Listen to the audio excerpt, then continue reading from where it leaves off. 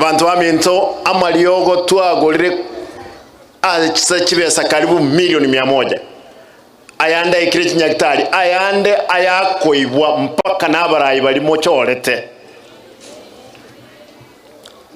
lakini nkoba mulekande tigago 10.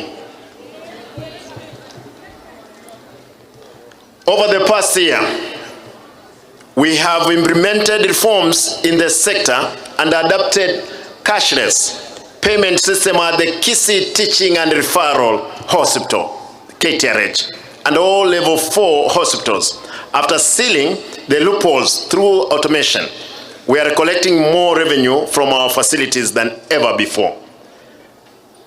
At KTRH, when I came to the office, I found that this gentleman and the ladies were collecting 47 million per quarter.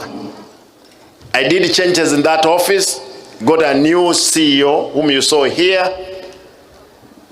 He has improved the collection in that hospital from 47 to 180 million per quarter. You can imagine 140 million was going into some people's pocket. Lakini I'll continue kuwa muleka.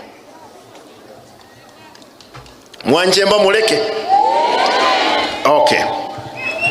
Ladies and gentlemen, in primary health care, through our community health strategy, we have formalized engagement of community health promoters, CHPs, as the first line of defense in healthcare service delivery.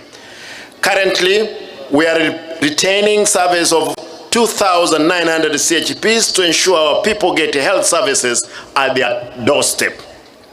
Through CHPs and national government administration at the beginning of the next year, we are set to distribute, and it's important to be noted, to distribute 1 million treated mosquito nets in our campaign to eradicate malaria. Abantu wa minto tiga nkwanek. Kwansira tariki 27-28 wiko mwaka moya. Nkoena natole chinet chiumbu miliyoni ya mokirumo chi okonyora chineti isato